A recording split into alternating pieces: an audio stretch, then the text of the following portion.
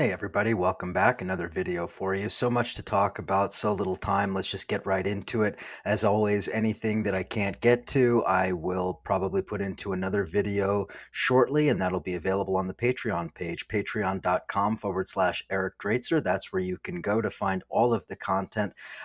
Anybody who is already a subscriber, thank you so much for that support. It is so appreciated. I am doing my best to bring you as much objective analysis of what's going on as I can. I have never seen disinformation flying as fast and as furious and as thick as it is these days in the last week or so. This really is truly an information war, a disinformation war, a misinformation war, whatever the hell you want to call it, but it's coming from all sides. And so I guess I'll just start by talking a little bit about war propaganda, because I think war propaganda is one of the major issues that we have to deal with right now, because as we're witnessing this war, Russia's invasion of Ukraine, we're watching it unfolding in real time, but through the lens of social media and just the nature of the way that the internet is today. And because of that, people really kind of are retreating into their own sort of echo chambers, into their own self-created intellectual silo, or whatever you want to call it, and frankly not really engaging with what I would call objective reality, and instead sort of picking and choosing their preferred interpretation of events. And that's unfortunately a really dangerous way to try to engage with what's happening in the world. So I'm not trying to moralize about that, other than just to say that if you're coming to me, I hope you're coming to me with the understanding that I'm going to try to give it as straight as I can. And on the issue of propaganda, I think we need to be very clear that it is coming from everywhere, from all sides. I posted today on Twitter. If you don't follow me, it's at Stop Imperialism. I posted a map. I can't speak to just how accurate it is, but it does seem to be more or less what, it does seem to comport with the reports on the ground. And the map shows it pretty clearly. In red is where the territory the Russians control. In sort of shaded red is where the Russians are kind of advancing, etc. Right? And you can see after 8 days, you can see a lot more of the map is turning red. It's seemingly following a fairly predictable strategy of, sort of starting at the edges and closing inward toward the center, with Kiev, of course, at the center. And so from a military perspective, it makes sense. And if you look at it in terms of how it's evolving, as far as I can tell, it's evolving exactly as you would expect one dominant military power to roll over another state. So the reason I bring that up is not to do any kind of military analysis. It's not really my specialty, but it is to point out the fact that if you look at the map and you look at the videos and you really observe carefully, it's a very different picture from what you get in the Western press. If you follow the Western press, this is not only a heroic struggle of the Ukrainians to resist the Russian invaders, which it is, by the way. The Ukrainians that are fighting back are incredibly heroic, because they know that they're facing pretty much certain defeat, barring some kind of disastrous escalation from the United States and the West. The Ukrainian military is not going to win this fight. And so, although it is heroic and deserves praise simply for just the heroism, we can't get carried away into thinking that heroic defense of the country equals victory. It may equal a propaganda victory in the long run. It may equal a victory, as we've seen in many wars where the U.S. has been the invading, occupying imperial power and is eventually leaves in utter defeat. Afghanistan, Vietnam, etc. Right? We can think of ways in which victory can be claimed by the side that gets devastated, but the reality is the Ukrainian military is being devastated from all indications, and I think we need to be very careful about, like I said, falling into the trap of sort of Zelensky worship. Cutting his head out and putting it onto these superhero bodies and these memes, and the very photogenic Zelensky pulling up a chair and chatting with the journalists and all of this. It's a lot of spectacle. And I don't blame Zelensky. Media and information is probably the most potent weapon he has in fighting back here. But again, media and information doesn't stop the bullets. It doesn't stop the bombs. So um, I say all of this because and again, I want to just warn against buying too much of this war propaganda, because it's coming from the Russians, it's coming from the Americans, it's coming from the Germans, it's coming from everywhere, the Chinese, everywhere. So we need to be very careful about that, because just the other day we had a very emotionally weighty kind of disinformation. I'm sure a lot of people saw the absolute horror in reporting that the Russians had bombed the Babi Yar memorial. I was just dumbfounded with grief isn't the right word. I couldn't even believe that this would be happening. I mean, like I said, Babi Yar and the pogroms in Ukraine. I mean, this is where members of my family tree lost their lives. I mean, they're buried in mass graves in these places. These are sacred places to my family, to many other Jewish families and other people of Ukraine who also met similar fates. So Babi Yar, the Babi Yar Memorial to be bombed is just really emotionally devastating. And it absolutely had that impact for about 24 hours, until it was confirmed by Israeli media on the ground in Ukraine that, in fact, the Babi Yar Memorial was not bombed, that, in fact, it was a communications tower right nearby.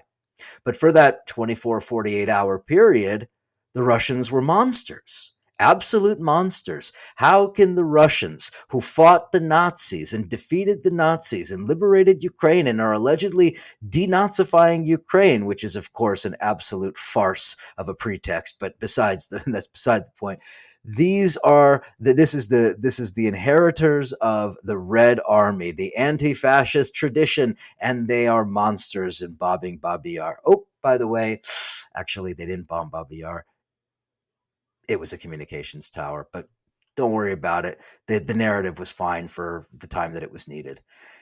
Am I making excuses? Am I making excuses for the Russians? Of course not. They're committing war crimes every minute that this operation goes on. This absolute criminal war crime that they are committing. Criminal war crime is redundant, but war crime that they're committing. But I'm also not going to sit here and pretend that things that didn't happen happened. And we have to be very careful not to fall into that trap, because, well, that is exactly what propagandists do, liars. And I think that we're holding ourselves to a higher standard, and we do want to engage with only what is real. All right, let me move on. I want to talk just very quickly. Of course, everybody's heard the news today about the new draconian laws that have been put in place in Russia. 15 years potentially for speaking out against the war, speaking out against the regime, just generally not towing the correct political line. I mean, this is totalitarian sort of stuff. This is very ugly. This is, well, is this a sign of desperation from Putin? I don't think so. I wouldn't go so far as to say it's desperation, but it does indicate a marked shift. A move away from even the pretense of sort of adhering to the understanding of human rights that we have in the West, et cetera. Right? This is a outright rejection of all of that, and this raises the question. I mean, well, that raises a couple of questions. The first, of course, is, what does this mean for the anti-war movement? What does this mean for voices that are going to speak in opposition, that are going to be, dissident voices, really leading and galvanizing an opposition? Because an anti-war opposition is absolutely critical. It's necessary to put an end to all of this. And the question really becomes, how many people are willing to go to jail for 15 years over this? Again, I was just talking about heroism, and it's obviously extremely heroic to speak out against a repressive government that will threaten you with gulag, as it were, to use the Soviet terminology. And this this is ugly because on the one hand it's heroic, but on the other hand, how can you expect people to just throw away their lives, to just walk into prison solely to speak out against a war that doesn't even affect them? I didn't see Americans doing that for the most part. I mean, my entire politics radicalized around Iraq, and there were very, very few of us, relatively speaking. Yeah, we turned millions out into the streets, but as the months went on and as the war started, those numbers dwindled. People at protests, more or less, people forgot. So, I don't know what this means in Russia. I don't know what the new law will mean. I do hope that it's not going to stifle dissent to the point where we just don't hear a peep out of people. On the other hand, I would never ask anybody to throw away the next 15 years of their life to make a statement. So it's a worrying time. My parents left the Soviet Union. The Soviet Union had censorship similar. Um, this seems worse, actually, to be perfectly honest. And I'm just going to also point out the ban on Facebook and Twitter and all of this. Aside from shutting down independent media, independent coverage, whether it's Medusa or all of the other independent media outlets operating in Russia, um, it it raises the question of society and culture, because Putin and his sort of advisors and gaggle of interested parties that have his ear, they may not care that Facebook is gone and Instagram is gone and Twitter is gone and whatever. They may not care, but young Russian people do. Russian teenagers and 20 somethings whose entire lives are tied up in their phones and in their social media worlds, etc., just like all other young people, in most of the rest of the world. This is going to hit them hard. And Russian young people in Russia really already were pretty strongly anti-Putin. Russian youth made, I should say youth, I guess, just people under 40, made up a huge percentage of the protests in 2021 against the elections, the rigged elections against Putin, etc. This is going to inflame them even further. Of course, many of them will be sort of cowed by this new law. Many of them will not want to throw away their futures. The time when they would maybe go to university or get married or whatever, just to make a statement against the war. But I do think that this will have a lasting impact on sort of their relationship to their country. They will not really see this as anything but censorship and sort of authoritarian, dictatorial kind of move. I don't know what that means. I'm not sure, but I will say that young people do have a way of influencing cultural attitudes. We saw that in the United States with the Vietnam War. We saw that in a number of other examples, both here and in other countries. And I do think that Putin and his people around him are, if they're not already worried about it, they probably should be, because that law and the banning of Facebook and all of the rest of that could really backfire on them. And that leads me to this other question about um, revolt. Somebody asked me earlier today whether I could do a segment on whether or not Russian people are going to revolt against all of this. Again, I don't have the answer to that, because if I did, then, I don't know, I would be some kind of clairvoyant. I do know that there is a tremendous amount of discontent. However, Russia is, as I've said a number of times, a thoroughly depoliticized society. There isn't a long and storied tradition of protest, aside from, the revolution, obviously, but there isn't that civic engagement. You don't have, peaceful protest as kind of this long and storied tradition as we have on the left in the United States and elsewhere in the world. And there's a lot of reasons for that. The Soviet period, the fact that there really was no popular politics of any kind in the czars, imperial period, and then of course in the post-Soviet period. I mean, the majority of that has been, Putin. I mean, Putin has been in power for what, 22 years, more or less.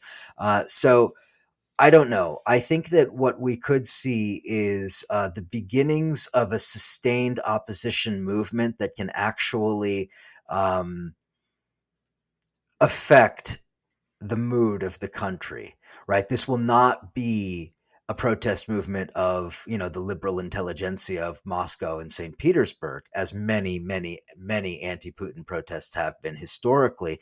No, these will be popular movements, popular protests spreading all over the country and in all different cities. I'm very curious to see just how robust that security state is in Russia. Russia has a vast security state apparatus, just like China, just like the United States, just like the UK. So the question I would like to see answered is whether or not that security state apparatus is so well built out and smoothly functioning that it will be able to handle thousands, tens of thousands, I don't know, hundreds of thousands, maybe out in the streets. I mean, there's only so many people that can be arrested. There's only so much space in prisons, right? So we will see. That was one of the tactics of the civil rights movement in the United States, filling up the jail cells.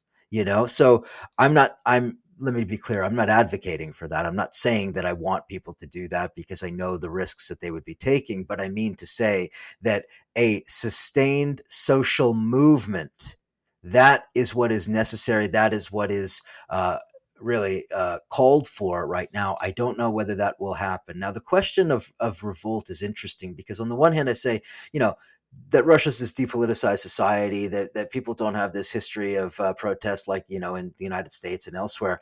And then on the other hand, I think about all of the horrible shit that the United States does literally every single day all over the world, and we can't get 12 people to turn out for a protest. So, I don't want to overstate the depoliticization side of this, but I do want to just be realistic about what can or can't be achieved on the streets in Russia, both because of the authorities and also because of just the way that Russian society is.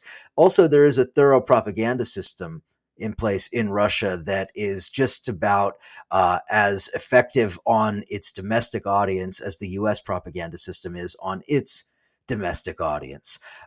So I think the loss of things like iPhones and Facebook and Spotify and other things of that nature, I think those are pretty significant. I know that some people think these are superficial and frivolous, but I do not. I actually think that these things are in a significant way, how especially young people sort of define themselves, how they see themselves in relation to the world, in relation to the broader world outside of Russia. And I think that to take these things away, leave alone whether or not there are alternatives to them, just the fact that they're being taken away, I think will have a psychological impact on people in Russia, young people in Russia in particular.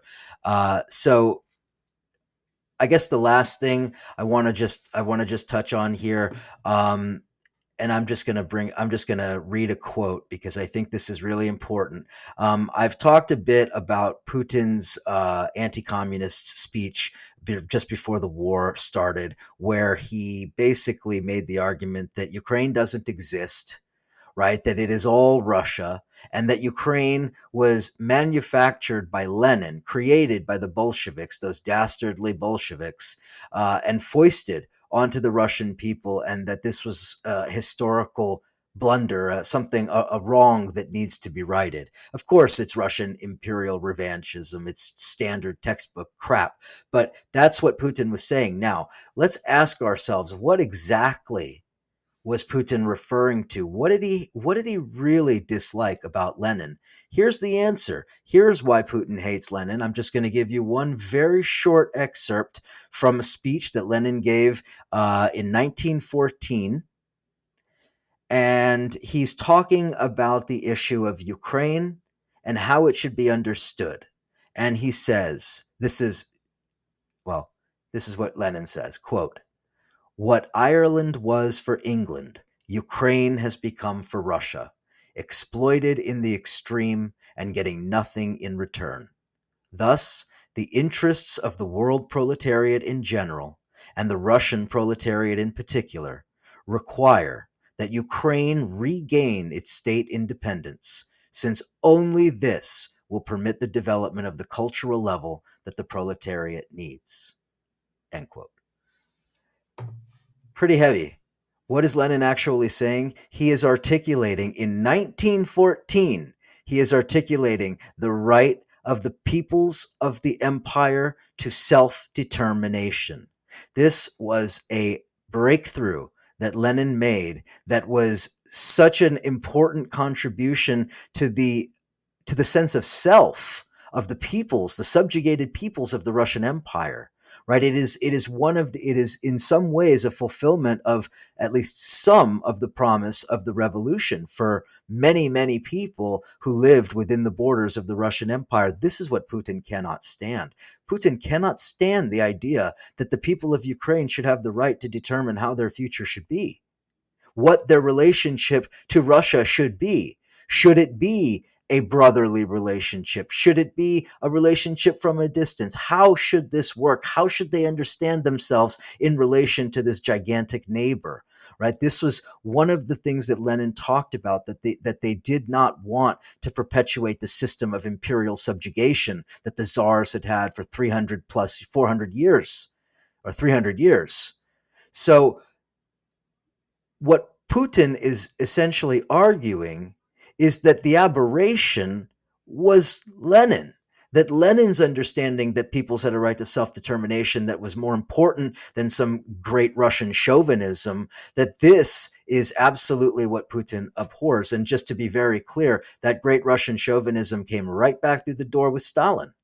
So Lenin was this sort of very brief period where there was an understanding that, yes, Ukraine is a colony. Yes, Ukraine is oppressed, forcibly occupied, subjugated. In many ways, I don't want to use the term genocide because there are all kinds of ways of interpreting that, but it was colonized. The people, the indigenous people, to the extent that one could call any group indigenous, certainly Crimea, Tatars of Crimea were the more or less the indigenous people there, right? That the subjugation of the indigenous people is a crime, that the replacement by Russian and other European colonizers was a historical crime. This is what Lenin understood, and this is what Putin cannot accept. So when Putin rejects Lenin's formulation about self-determination and Ukraine, what he's actually saying is that he rejects the concept of Ukraine. Russia's invasion of Ukraine is rooted in the idea that they believe Ukraine doesn't really exist. We need to understand this. This is at the root of Putin's thinking, and it is part of the reason why this situation is so dangerous. I'm way out of time. I have to leave it there. Go over to the Patreon. There's a lot more stuff for you to look at over there. Patreon.com/Eric Draitser is the place to go. Thank you so much for the support. Talk to you again soon.